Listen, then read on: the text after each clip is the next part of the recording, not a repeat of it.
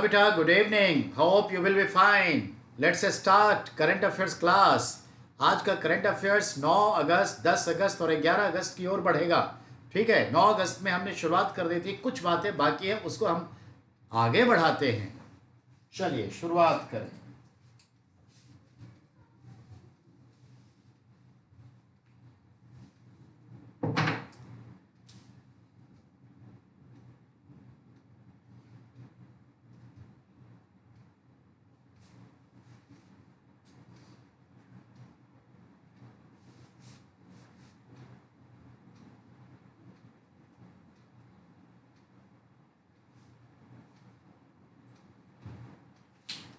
तो हमारा फोकस है इस पे 9 अगस्त पे पहली बात करते हैं, जो चल रहा है उसके ऊपर.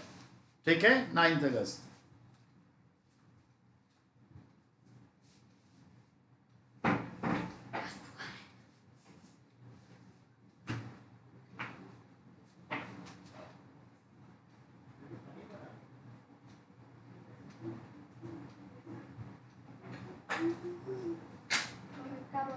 मोबाइल देखा है।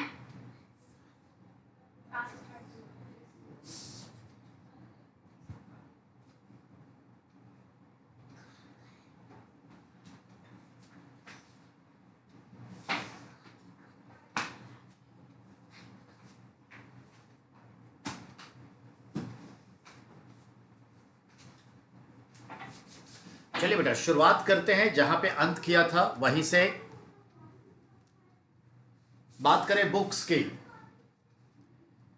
बेटा बुक्स के ऊपर 9 अगस्त के अकॉर्डिंग बुक्स के ऊपर है गर्ल मेड ऑफ गोल्ड, यानी लड़की जो सोने से बनी है. Girl made of gold, that book written by Gitanjali, ठीक है, कोलोनाचा.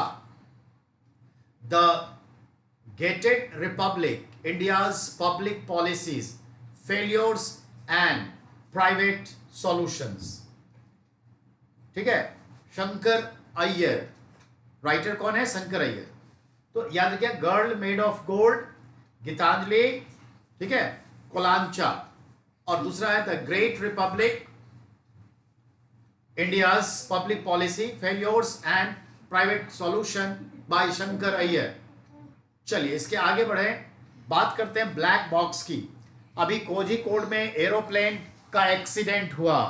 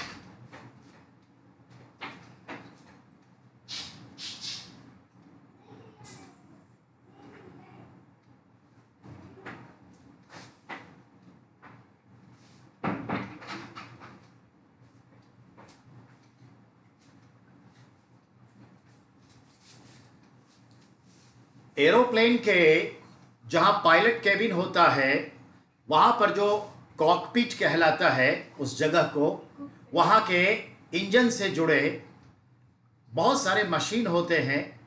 एक वॉइस रिकॉर्डर डाटा भी होता है. वॉइस रिकॉर्डर डाटा दो काम करता है. एक इंजन की आवाज़ को रिकॉर्ड कर रहा होता है, और एक पायलट के केबिन के अंदर, कॉकपिट के अंदर जो कुछ भी बातें होती हैं, पायलट या कभी कोई एयर होस्टेस अंदर आती है कोई ज़रूरत की चीज़ें के लिए, तो इन सब की बातों को भी रिकॉर्ड करता है. तो वो रिकॉर्डर जो है वो एक ब्लैक कलर के बॉक्स में नहीं होता, ऑरेंज कलर के बॉक्स में होता है. जब कभी कोई प्लेन क्रैश करता है, तो प्लेन कैसे क्रैश किया, हो सकता है कोई मैनुअल भूल हो, मशीन की भूल हो, एक्सप्लोशन हो, विस्फोट हो, या क्या हो सकता है, तो हम उस वॉइस डाटा रिकॉर्डर को सुन करके समझ लेंगे. तो वो जो है उसमें रहस्य होता है, इसलिए उसे ब्लैक बॉक्स, डार्क बॉक्स कहते हैं, पर उसका एक्चुअल कलर ऑरेंज कलर होता है। वह लगभग 1800 डिग्री सेल्सियस तक के टेम्परेचर को सह सकता है वो बॉक्स। प्लेन से अलग होने के बाद या क्रैश के बाद वह जो ब्लैक बॉक्स है 1 मंथ तक अपने रेडिएशन छोड़ता है, रेज, रेडियो वेव्स छोड़ता है, और उसके आधार पर हम उसे ढूंढ लेते हैं, चाहे वो प्रशांत महासागर की गहराई में हो या किसी ज्वालामुखी के आसपास गिर गया हो, किसी जंगल में कहीं भी हो, और फिर उसको सुन के पता करते हैं कि what was the cause behind of this accident mishappening. In that respect, it is considered, because of secrecy, called black box. But its actual color is orange color. ये क्वेश्चन अक्सर आता है। नेक्स्ट, ये टाइटेनियम से box बना होता है और टाइटेनियम बहुत ही टफ होता है। नेक्स्ट ध्यान में समझना है। फिर हम बुक्स की बात करते हैं। सदन में लालू प्रसाद, प्रतिनिधि भाषण बाय धर्मेंद्र सुशांत। याद रखिएगा,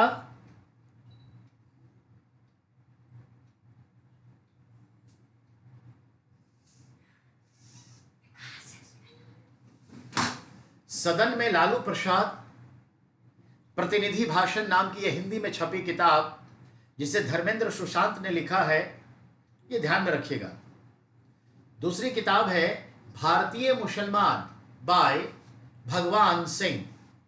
तो लालू प्रसाद के ऊपर है, बिहार के एग्जाम में यह सवाल बनाया जा सकता है, लेकिन मैं मान के चलता हूं कि जो प्रेजेंट गवर्नमेंट है वो ये नहीं बनाएगी।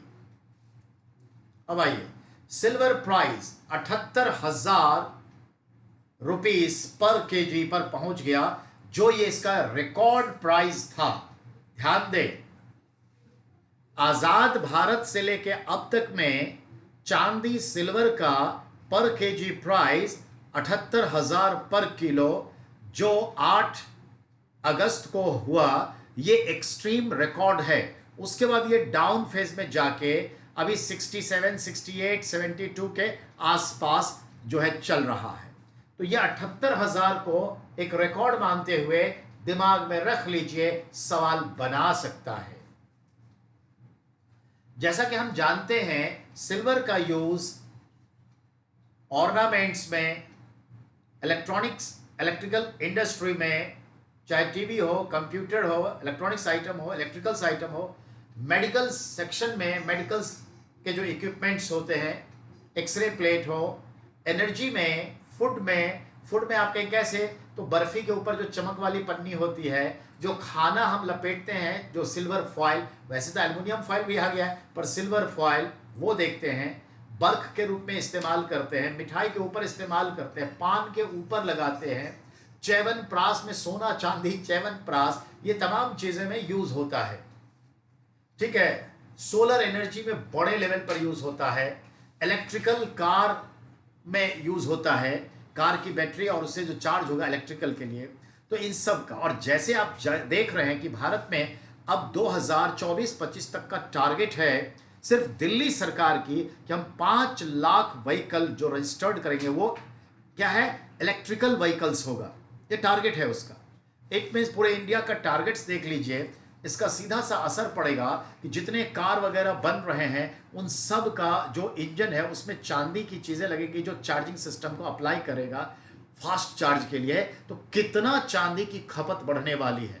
इसीलिए ये मैं आपको कह रहा हूं 2021 के आखिरी दिनों में और 2022 में चांदी की कीमत 1 लाख रुपए किलो के आसपास पहुंचेगी। मैं आपको बता रहा हूं 1 लाख रुपीस केजी ये पहुंच जाएगा 2021 के आखिरी और 22 में, आप देख लीजिएगा। अब आइए, विदेशी मुद्रा भंडार नेक्स्ट की बात करते हैं। फॉरेन रिजर्व एक्सचेंज 31 जुलाई को रिकॉर्ड ऊंचाइयों पर पहुंच के 535 ठीक है ट्रिलियंस डॉलर तक पहुंच गया। मैं आपको बताना चाहूंगा कि $500 अरब को भारतीय विदेशी मुद्रा भंडार 5 जून को क्रॉस किया था। 24 जुलाई को यह $523 अरब पर था और 31 जुलाई को यह रिकॉर्ड $535 अरब पर पहुंच गया।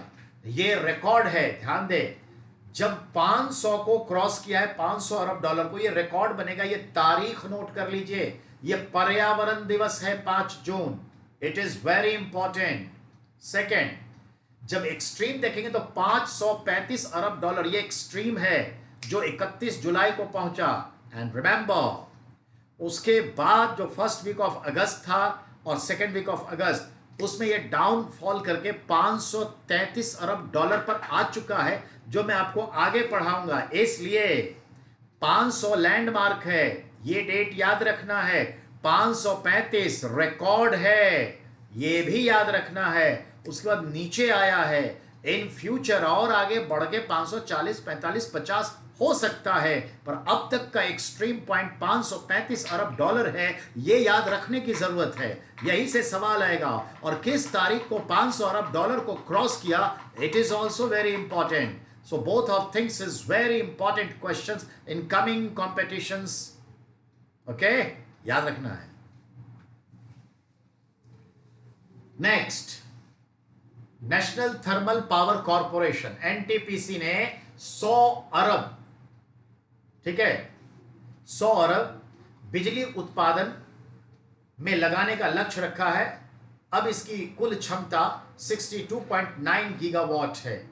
याद रखिएगा, वो $100 अरब का इस्तेमाल करेगा बिजली के उत्पादन में। हमारे लिए कोई इश्यू नहीं है। अब आइए, Mukesh Ambani now become world's 4th richest man based on market capitalization, real-time gross. Total wealth values $80.6 Arab. I would like to be say, corona काल में भारत में किसी की संपत्ति में अगर वृद्धि हुई है तो वो है मुकेश अंबानी। ये 9वें स्थान पर थे, 7वें स्थान पर आए, 5वें स्थान पर आए और अभी 4थे स्थान पर आ गए। जियो इनका जो ब्रांड था, रिलायंस इंडस्ट्री लिमिटेड, जो RIL ब्रांड था, जो टॉप 10 में नहीं था, आज दुनिया का एप्पल के बाद दूसरा सबसे बड़ा ब्रांड है। समझ में आई बात? और ध्यान रहे, टॉप 10 जो वर्ल्ड के रिचेस्ट हैं, उसमें एशिया से एकमात्र यही मुकेश अंबानी है, चाइना जापान से भी कोई नहीं। याद रखिएगा, ये सब हुआ इनके जियो में इन्वेस्टमेंट को लेकर और रिलायंस इंडस्ट्री के पेट्रोलियम इंडस्ट्री में कुछ इन्वेस्टमेंट को लेकर। और इन दैट रिस्पेक्ट भारत का फ्यूचर ब्राइट दिख रहा है, नो डाउट। एंड रिमेंबर, ये वर्ल्ड के 4th रिचेस्ट हो गए और 80.6 अरब डॉलर संपत्ति के साथ। And I would like to be consider, जब कोई अरबपति 100 अरब डॉलर के संपत्ति के श्रेणी में या उसको पार कर जाता है तो उसे क्या कहते हैं, 100 बिलियनरीज। पूरे वर्ल्ड में 3 ही हैं 100 बिलियनरीज। अभी अभी फेसबुक के फाउंडर मार्क जुकरबर्ग उसमें शामिल हुए हैं। एक जेफ बेजोस हैं, एक बिल गेट्स हैं। सिर्फ 3 है, ये 80 के पास है। मैं मान के चलता हूं कि अगर सब ठीक रहा तो ये बहुत जल्दी 2021 के बिगिनिंग में पहुंच जाएंगे, ठीक है, 100 बिलियनरीज में। चलिए हम अब बात करते हैं 10 अगस्त की। ये हमारी बात हो गई, it's finalize. Now we have to talk about 10th of August. Listen carefully. Defence minister Atmanirbhar Bharat अभियान के तहत 101 सैन्य उपकरणों, हथियारों का आयात चरणबद्ध तरीके से दिसंबर 2020 से लेकर दिसंबर 2025 के बीच प्रतिबंधित करने जा रहा है और इसका नोटिफिकेशन इशू हो चुका है। ये एक न्यूज आया। अब इस न्यूज से देखिए, न्यूज तो बड़ा था, हमने शॉर्ट करके यहां लिख दिया। अब उसको मैं समझा रहा हूं। अभी हमने न्यूज पढ़ा है, अब समझा रहा हूं। आत्मनिर्भर भारत कोरोना का एक बड़ा जो है फ्लैगशिप प्रोग्राम है, जिसके तहत हम अपने देश की सुरक्षा समृद्धि को देखते हुए, रोजगार को देखते हुए, made in India, make in India, ठीक है, एंड मैन्युफैक्चरिंग फॉर वर्ल्ड, इन सब के हिसाब से हमने बहुत सारे काम करने हैं। और इसके तहत जो हमारे सुरक्षा डिफेंस से रिलेटेड कुछ ऐसी चीज़ें हैं, इक्विपमेंट्स और वेपनरीज, जिसे हम खुद बना सकते हैं। हमारे पास टेक्नोलॉजी है या अन्य देशों के हेल्प से अपने देश में बना सकते हैं। हमें चाइना, अमेरिका, रशिया इन सब पर डिपेंड नहीं होना है। इन दैट रिलेटेड इससे भारत में होने से एक रोजगार पैदा होगा, भारत के जो है इकोनॉमी ग्रोथ होगी, भारत में ही बनेगा। और सिर्फ इंडिया नहीं, हमसे ऐसे 50 देश हैं जो हमसे हथियार खरीद सकते हैं। वहां तक अपनी मार्केटिंग बना के अब हथियार को एक बड़े इंडस्ट्री के तौर पे भारत जो है इसको आगे बढ़ा रहा है। इस ख्याल से 101 ऐसे चाहे उपकरण कहिए, अब जैसे गगल्स ही है, सन ग्लासेस है जो हम ग्लेशियर में लगाते हैं, कुछ शूज है, बुलेट प्रूफ जैकेट है, एंड सो मेनी थिंग्स, बहुत सारी ऐसी चीजें हैं। तो उनके ड्रेसेस वगैरह सब तो वो हम खुद बना सकते हैं अगर टेक्नोलॉजी हमारे पास है तो, नहीं तो लेंगे। तो इन सब पे अब खुद बनाएंगे। 101 ऐसे आइटम को चिन्हित किया गया है, जिसे 2020 के दिसंबर से लेकर 2025 तक प्रोहिबिट करेंगे, step by step, step by step, और ये डेवलप करते चले जाएंगे। तो that's a good idea, no doubt. It will be create near about 10,000 more than vacancies in this industries for job creation and security concern to and export. तो लगभग 50,000 से लेके 1 लाख लोगों को रोजगार एक नए एवेन्यू में मिलेगा। अब आइए, यहां तो हमने और भी लिखा है, लेकिन उतना आपको नहीं देगा। 2020 में 69 आइटम्स, 2021 में 11 आइटम्स, 2022 में 4 आइटम, 2023 में 8 आइटम, 2024 में 8 आइटम, 2025 में 1 आइटम धीरे धीरे बंद हो जाएंगे। जैसे बख्तरबंद वाहन 2021 तक प्रतिबंधित होंगे, स्नाइपर्स, असल्ट राइफल, ड्रोन, ठीक है, survey vehicles, floating dock, transport plane, these are. चलिए अब आइए, सरकारी क्षेत्र की 5 रक्षा सामग्री बनाने वाली कंपनियों का हम जिक्र कर लें। देयर आर 5 इंपॉर्टेंट, ठीक है, companies that make defence weaponries or instruments in India. That is the public sector company. One of them is Hindustan Aeronautics Limited. Everybody is introduced about this HAL. Hindustan Aeronautics Limited, HAL. Second is Bharat Electronics Limited, BEL.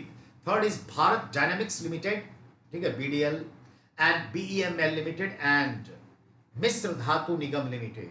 These are some importance. Now talk about again defense. फिर हम defence पे बात कर रहे हैं आपसे। चीता project, मैंने क्या कहा? चीता प्रोजेक्ट। भारत में एक चीता प्रोजेक्ट है जिस पर खर्च हमने 3500 करोड़ रुपए कर दिए। तीनों सेनाओं के करीब, जस्ट मिनट,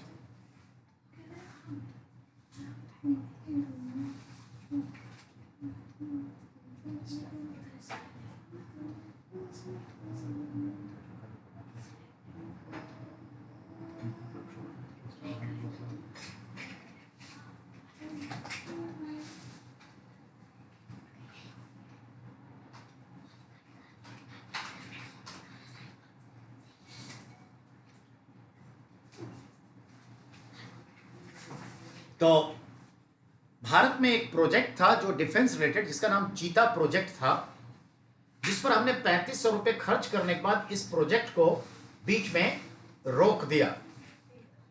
एक्चुअली तीनों सेनाओं के करीब, ठीक है, इजराइल निर्मित हेरॉन ड्रोन को अपग्रेड किया जाना था, जो हमने स्टॉप कर दिया। पर अब हम चीता प्रोजेक्ट को स्टार्ट कर रहे हैं, और जो इजरायली मेड हेरॉन नाम का ड्रोन है उसको हम अपग्रेड करने जा रहे हैं। और अपग्रेड करके हम उसमें लेजर गाइडेड बॉम्ब भी छोड़ सकते हैं, एंटी टैंक गाइडेड मिसाइल छोड़ सकते हैं, air to surface and air to air, ठीक है। और इसे हम अब लॉन्च करने जा रहे हैं। हेरॉन ड्रोन को अपग्रेड कर रहे हैं, इससे रिलेटेड है ये चीता प्रोजेक्ट। तो हम हेरॉन को ही नाम देते हैं चीता। ये चीज है।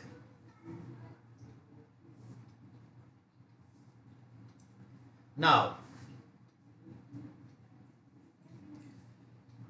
अब हम फिनेंस रिलेटेड बैंक के ऊपर बात करने जा रहे हैं। We care, SBI we care deposit rate of interest. SBI का एक डिपॉजिट स्कीम वाला, फंड वाला एक प्रोग्राम है, स्कीम है, जिसका नाम है एसबीआई वी केयर।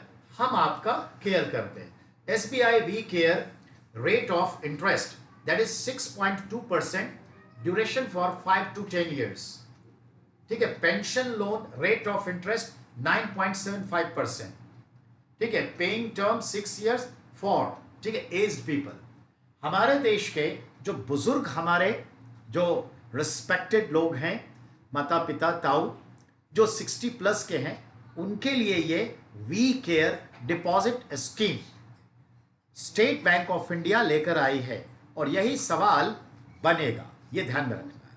ठीक है। चलिए बात को अब आगे बढ़ाते हैं। Next, national capital territory Delhi, it's Chandni Chowk to Nai Sarak पर एक बरगद का पेड़ है 300 साल पुराना। इसे सत्यनारायण गुरुवाली ने लगाया था और हाई कोर्ट ने इसको एक्नॉलेज्ड किया है।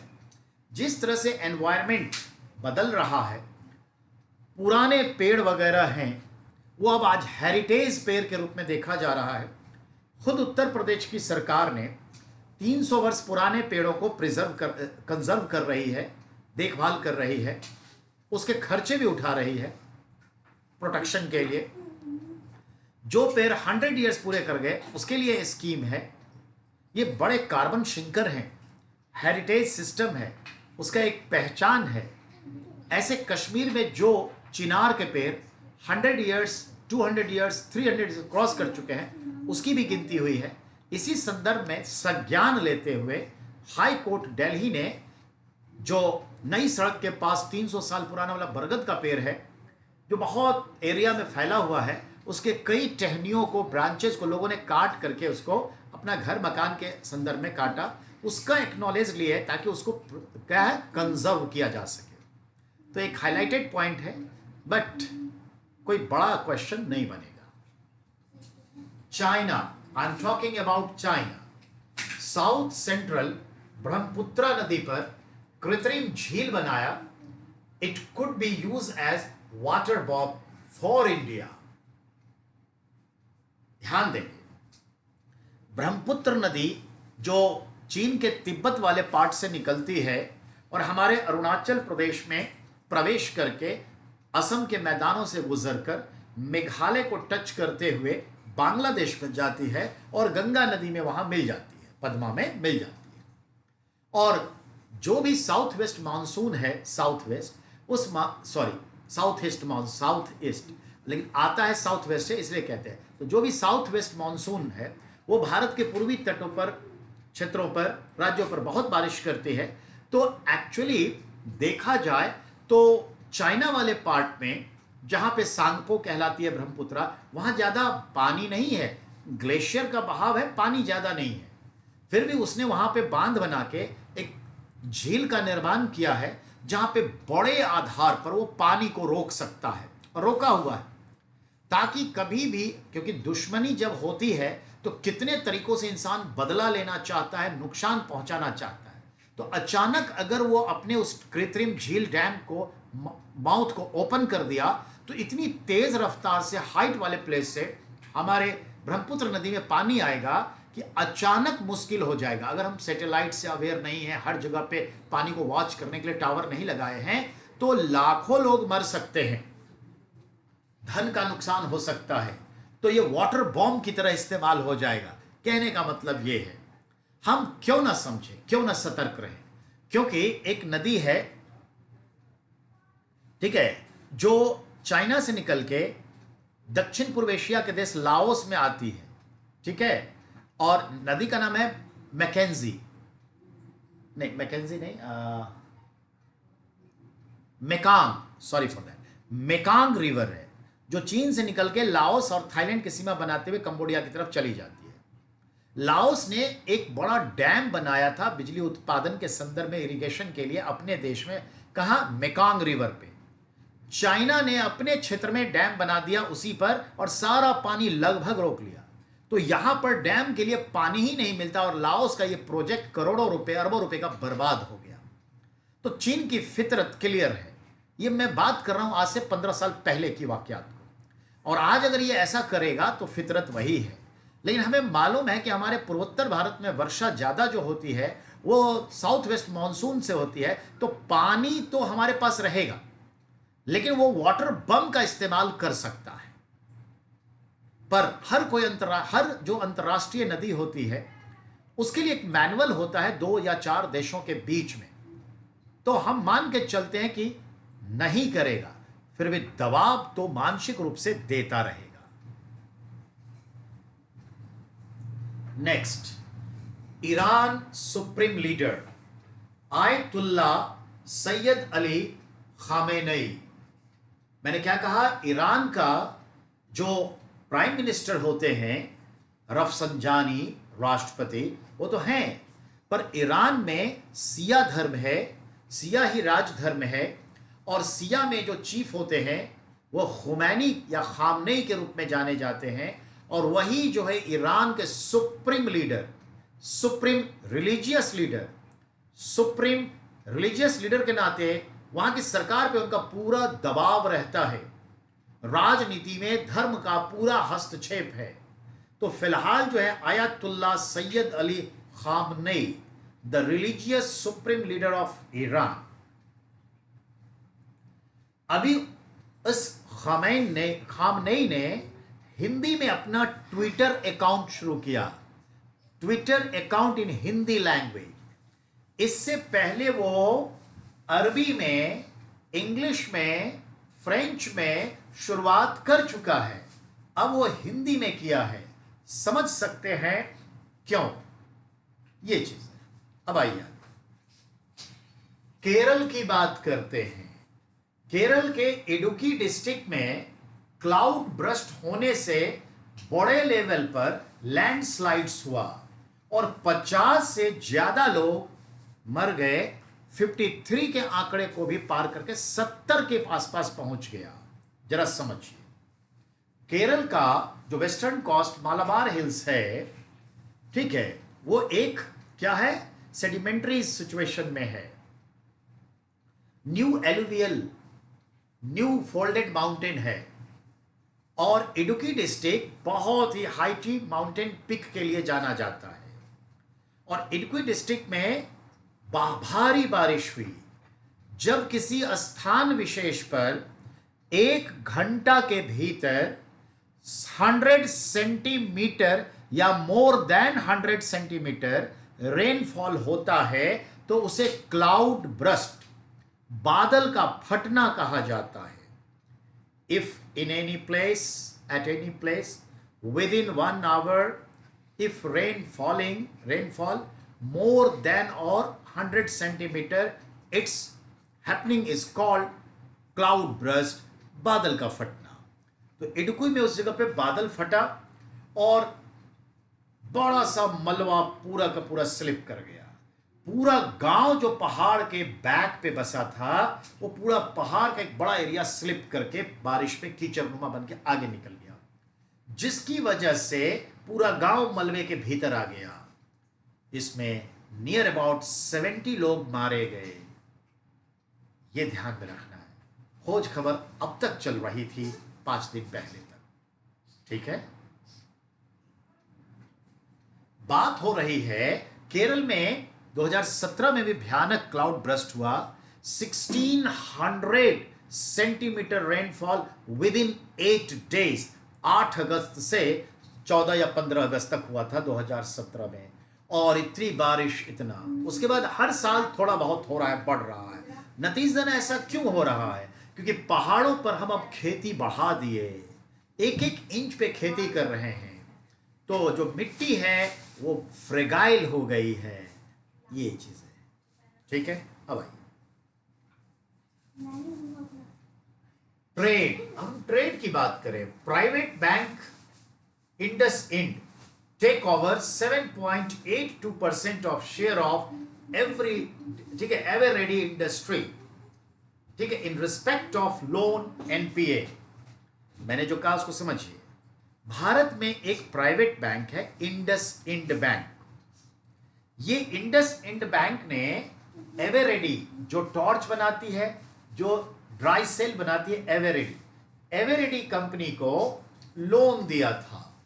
वह loan non performing asset NPA में बदल गया। तो इंडस इंड बैंक ने उस कंपनी का अपने लोन अमाउंट के बराबर का जो शेयर बना वो ले लिया, 7.82%। पॉइंट क्लियर, ये ध्यान में रखिएगा। नेक्स्ट, कृषि संबंधी वाहन एवं उपकरण उत्सर्जक मानक टीएम टिलिंग मशीन, टीएम मानक यानी स्टैंडर्ड 4 2021 से लागू होगा 10 अक्टूबर से। मेरे कहने का क्या मतलब, उसको समझाता हूं।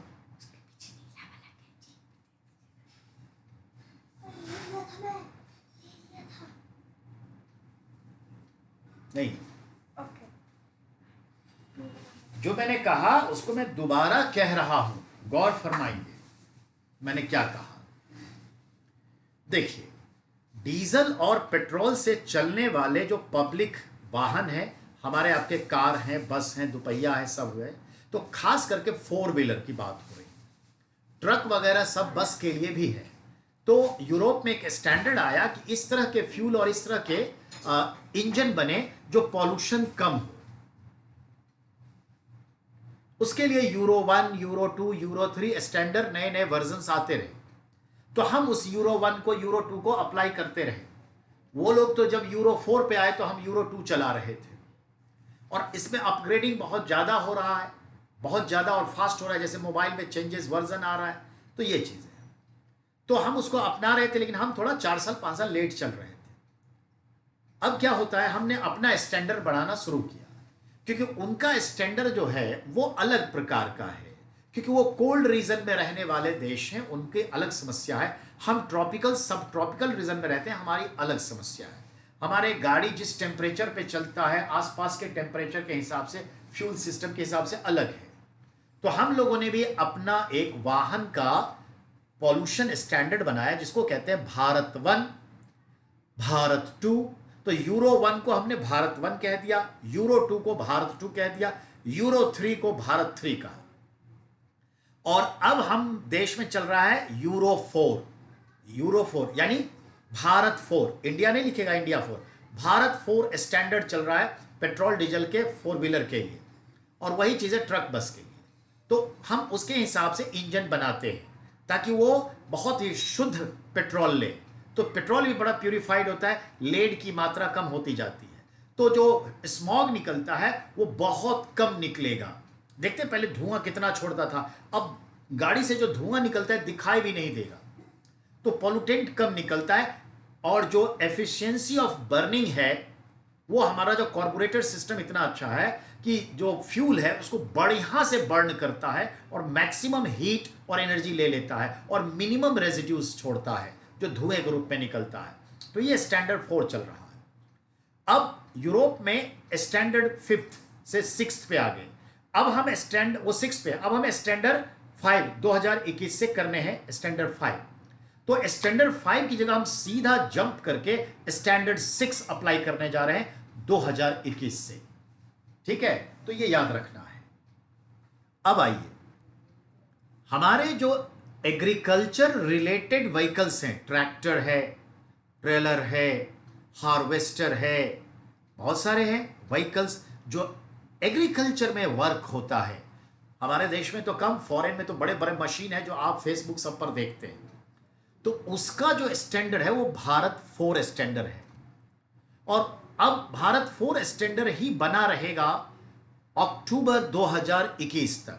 उसके बाद उसमें स्टैंडर्ड 5 या 6 लाया जाएगा, पर जनरल व्हीकल के लिए वो आ जाएगा 4 व्हीलर के लिए स्टैंडर्ड 6। तो 5 कहीं नहीं आने वाला, हम सीधा जंप कर रहे हैं। ये याद रखना है, पर्यावरण एक बड़ा मसला है पूरे विश्व के लिए, भारत के लिए भी, और इससे सवाल जुड़ा ही रहता है। अब आइए, अब अगले पॉइंट पर आते हैं। जो बीएस भारत स्टैंडर्ड 6 होगा वह इसी साल अक्टूबर 2020 से लागू हो जाएगा, जबकि जो एग्रीकल्चर व्हीकल है उसके लिए यह standard Bharat 4 standard will be implemented since अक्टूबर 2021, जबकि कार जीप के लिए, 4 व्हीलर के लिए स्टैंडर्ड 6 टू एब्सेंट 5th सीधा लग जाएगा। नेक्स्ट के लिए जो है ध्यान में रखें, शेयर के ऊपर है पर बात आज नहीं होगी। श्रीलंका के पार्लियामेंट्री इलेक्शन के ऊपर है पर बात आज नहीं होगी। We will talk later tomorrow. तो कल हम 10 और 11 की ओर बढ़ेंगे। 10 में अभी कुछ बाकी है, तो घबराइएगा मत, चीजों को प्यार से समझना है। एक भी क्वेश्चन छूटना नहीं चाहिए करंट अफेयर्स में। याद रखिएगा, बहुत ही हाई स्टैंडर्ड की चीजें आपको बता रहा हूं और जो हर जगह आप नहीं पढ़ते ये भी समझा रहा हूं, ठीक है। होल सोल इससे आपकी पूरी पर्सनालिटी ही नहीं बनेगी, आपके एग्जाम्स बेहतरीन ढंग से क्लियर होंगे। इसी के साथ मैं समाप्त करता हूं अपनी बात। बहुत बहुत आपको धन्यवाद।